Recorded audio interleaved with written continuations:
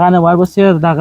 دغه سعدالولي نه هغه روپۍ مې ورکړي دي په قرض مې ورکړي 2-3 واره زه ورغلی یم نیرنګۍ ته به ښه بیا کله سپټ شي کله یو چم وکړي کله یوه بانه وکړي بله بانه وکړي وګوره دغه دیوال زنګ مې راوستلی دي هغه روپۍ دیوال په خلاصېدو روپۍ غواړي لا دیوال هم په خلاصېدو دی پیسې غواړي والا روپۍ غواړي نو ته ورشه دغه هلک سره نه خو داسې په بدماشي ګوتې وي بدماش هم دی دا به دې په جنجال سره اخته کړي ولې وي ټکولي وي نه دې وایي ته په الله توکل په خدای ته ورشه نو بیا کې وټکولو زما نه مریات دسمن هم نه کوي چې پور مه پر باندې ټکوي هم بیخي به بدماش دا اخرې زمانې پوره وړي د هغه شیان دي ته ورشه بله زه ورسم ته ورشه د زما پیسې خامخا راکړه غواړم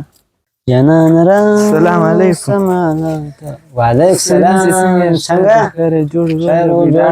سر درد خیر استولی دی خدای خپل څنګه ته ولا شي بیدار یې شاوخوا ګورې ته خوا جوړه کړه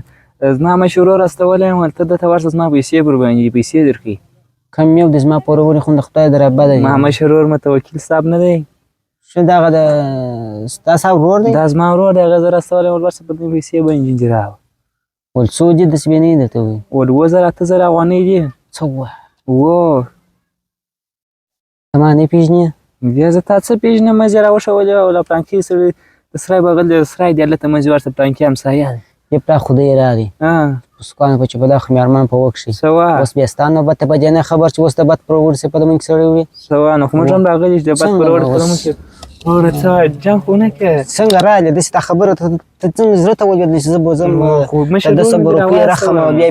متوکل صاحب ته ورکوم مشر ورور مې دې راواستوی څنګه راواستوی ته زما څه پیسې اورې تا زما د نه ما اورېدلې دي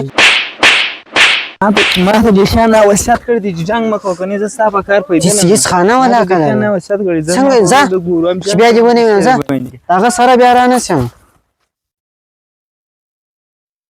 هغه ورغلمه ته ورته وګوره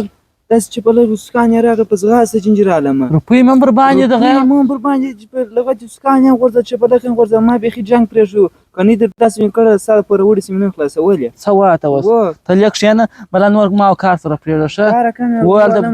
دغه فرید بدماش نه دی هغه ته ورځمه نور ما هغه ورسره پوهېږو صحیح ده لږ کښېنه څو چکې اولې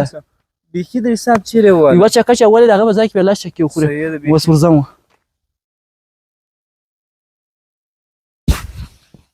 فرید بدماشه بس دا کښېږده جنګ مې دی هلته ستړی مه سې څنګه خیر بیدارې هلته مې جنګ دی چا سره چې جنګ دی هلته هغه یوه چې دی پور مې پر باندې پور اوس نه راکوي ولې نه درکوي زما نوم جوړ واخیستی ستا نوم خو د هغه خاطر راغلم چې ته به روپۍ جنه واخلې تاسو په رضا ورته نه درکول چیرې هغه یې مو راستولې کشر ورور نه اصلت یې ورکړی وه راځه ستا پیسې پر ما کې راځه ځه جانان سلام کوم دغه یو چا پورې نه راکوي څه پېښه بیا څوک راکړي کړ دی خپل خپل دروړه اوس بیا ستا نوبت دی دا فرید بدماش مې راوستي اوس به د سره تاسو جوړ ته په لوړ ورته ودرېږه څنګه نو چې ته خېږه زم در سره خېږم زم ور د سره معلومه د چه روپۍ دي واه دا ورته خامخا روپۍ راکړې زه نه جارېدل دي کې نه اورېدل دا څوک دی دا خو زه نه دا پېژنم فرید بدماش ښکاره هغه د کلي بدماشي ورته ما راکښلي دي د خلکو پیسې ښه په رضا ورکړه چې معنا په سمه سره خلاص کړه زما د بدماشي معنا زما د بدماشي خو نه تا اورېدلي نو چې نیکه ور څنګه به اوس د هغه پسې راغلی یم ښه ته اوس جنګون و ټیکې اوس مانه په ټکه اخیا وایي چې د هغه مې اوس کار دی د خلکو پیسې به په سمه ورکړې که نه خو نو زه تا در معلوم یم توکل صاحب په یاد دي چې بل مې دروړه به وي د بولو خبره کوي ته لا ورته ګورې ولې چش کوې څنګه چش کوې